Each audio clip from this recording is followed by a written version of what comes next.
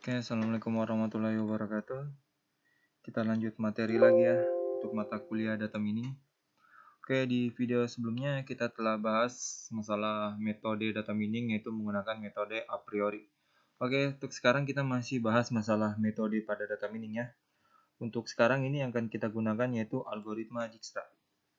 Algoritma Dijkstra ini biasa digunakan untuk optimasi sebuah rute atau menghitung rute tercepat atau menghitung rute terpendek. Oke, untuk sumbernya ini saya ambil dari internet, saya ambil dari punya Binus ya, Binus University. Oke, kita lanjut saja dulu. Kita lihat dulu pengantar untuk algoritma Dijkstra ya. Algoritma Dijkstra sesuai penemuannya ini ditemukan oleh Edgar Dijkstra. Jadi penemunya itu namanya Dijkstra, sehingga nama algoritma juga dinamakan Dijkstra ya, sesuai dengan nama penemunya. Oke, algoritma Dijkstra merupakan algoritma yang dipakai dalam memecahkan permasalahan jarak terpendek atau shortest path problem untuk sebuah graf berarah direct graph. Algoritma ini dipublikasikan pada tahun 1959 pada jurnal numeris matematik yang berjudul A Not One-Job Problem Connection with Graph dan dianggap sebagai algoritma Grady. Ini intinya cuma teori ya. Intinya algoritma Dijkstra itu ditemukan oleh X. G. Dijkstra pada tahun 1959. Oke, kita lanjut saja. Nah, ini langkah-langkah untuk menentukan algoritma Dijkstra untuk cara menggunakan algoritma Dijkstra, langkah-langkahnya. Algoritma Dijkstra bekerja dengan membuat jalur ke satu simpul optimal pada setiap langkah. Jadi pada langkah ke N setidaknya ada node N yang sudah kita tahu jalur terpendek. Langkah-langkah algoritma Dijkstra dapat dilakukan dengan langkah-langkah sebagai berikut. Ini secara umum ya, kalian bisa baca. Tentukan titik mana yang akan menjadi node awal. Berilah nilai bobot, set semua node dari node keberangkatan, pertimbangkan dengan node tetangga. Node tetangga itu maksudnya node di sebelahnya ya. Saat kita selesai mempertimbangkan jarak setiap node tetangga, tandai dengan node yang sudah dilalui. Kemudian set node tersebut belum dilewati. Oke, daripada kalian bingung, kan ini langkah-langkahnya, kita langsung masuk ke contoh ya. Untuk contohnya, saya pernah buat, sebentar ya, saya cari filenya dulu. Dijkstra. Untuk contohnya seperti ini ya. Ini algoritma Dijkstra yang pernah saya buat untuk kuliah data mining juga dulu. Oke, kayak gini sebentar.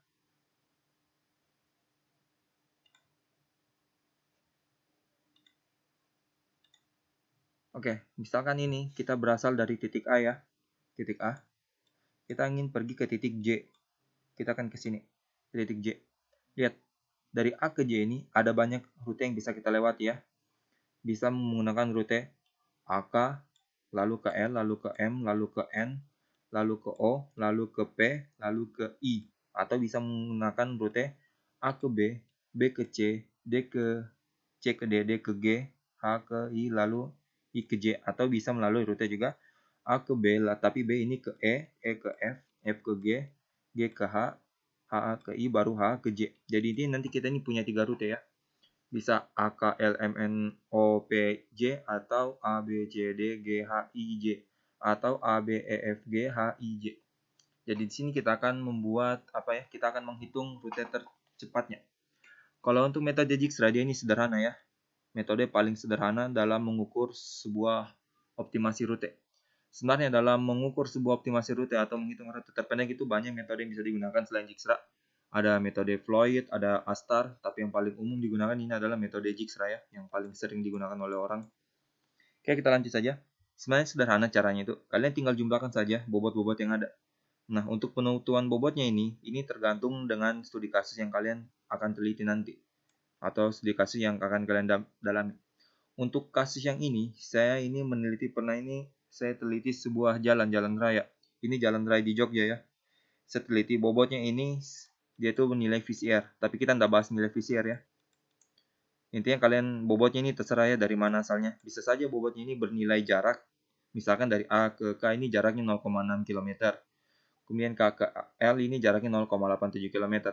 Tapi pada studi kasus yang kali ini yang saya pernah teliti, bobotnya ini VCR ya. Tapi kita bukan bahas VCR. Kita anggap saja ini bobot yang ini nama jarak kilometer ya. Jadi kita anggap saja ini 0,91, 0,44, 0,34 dan seterusnya ini kita anggap saja itu jarak kilometer ya, biar gampang kalian pahami. Oke, kita hapus dulu. Kita mulai dulu dari awal. Pertama dari A ke J. Kalau kita menggunakan rute A, B, C, D, G, H, I, J, ini kita jumlahkan ya. 1,05 ditambah 0,76 ditambah 0,26 ditambah 0,73 ditambah seterusnya. Kemudian kalau kita menggunakan rute A, B, E, F, G, H, I, J, berarti jumlahkan 1,05 ditambah 0,34 dan seterusnya ya. Dan begitupun seterusnya. Jika kita menggunakan rute A, K, L sampai J, maka yang dijumlahkan adalah bobot yang ini. Oke, kita lanjut dulu ke slide selanjutnya. Oke, untuk memudahkan ya, saya baru ingat, saya lupa. Ini saya gunakan tabel Dijkstra ya. Ini untuk memudahkan saja. Sebenarnya ini opsional, terserah cara kalian. Kalian mau hafal atau apa itu terserah kalian ya. Oke, di sini lihat ini untuk startnya ya. Saya beri 1, ini tanda 1 maksudnya karena dia mulai duluan. Kemudian A ke K, ini jaraknya 0,6. Kan ini ya 0,6. Kita lanjut. A ke B, jaraknya 1,05. Ini sorry ya, ini langkah kedua, ini langkah ketiga. Tadi itu salah. Oke, kita lanjut lagi. Ini kalian bisa baca sendiri. 1,5. Nah, kemudian dari K ke L. Ini 1,47 karena dijumlah ya. 0,6 ditambah 0,87. Yang 0 A ke L kan kita melewati 0,6 dan 0,87. Berarti kita jumlahkan ya. 0,6 ditambah 0,87. Yaitu hasilnya 1,47. Kemudian yang di bawah 1,05 ditambah 0,76 hasilnya 1,81. Begitupun yang ini 1,05 ditambah 0,42 hasilnya 1,47. Oke, kita lanjut lagi. Nah, ini kalau sudah dijumlahkan seterusnya ya. Ini sudah secara keseluruhan. Dari sini tadi hasilnya 2,38 karena 1,47 ditambah 0,91 hasilnya 2,38 dan seterusnya. Nanti hasil akhirnya adalah ini 4,08. 4,08 ya untuk yang jarak terendah. Berarti hasilnya nanti dapat itu bobotnya adalah 4,08. Dan dia akan menggunakan rute yang ini. Bagaimana? Paham? Kalau ada yang dari mengerti, silahkan tanya di grup ya. Jadi ini kan ada 3 rute. Untuk rute akhir, saya ambil yang 4,08 karena ini jarak yang terendah. 4,08 itu sumbernya sebentar dari yang sini. 3,33 ditambah 0,75. Itu kan 4,08. Sedangkan kalau yang ini 4,59. Ini saltusnya 4,08. Karena ini 4,09 ditambah 0,48 kan 4,57. Jadi di antara ini dua,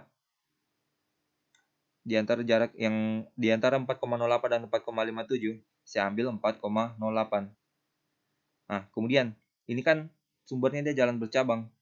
Kemudian berarti saya harus lihat mana? ABEK atau ABC. Lihat titik temunya di sini.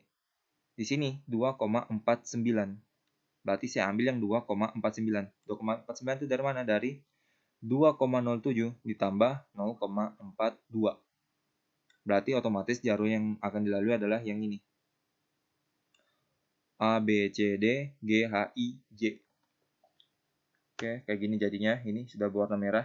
Jadi ini jalur terpendeknya ya. A, B, C, D, G, H, I, J. Oke, jadi kayak gitu ya prinsip dari Dijkstra. Dia tuh yang penting mencari bobot terendah dari alternatif rute. Untuk penggunaannya itu banyak ya, kalian bisa temui untuk penggunaan contoh penggunaan Dijkstra-nya, pemanfaatannya. Sebentar, apakah di sini slide-nya ada disebutkan?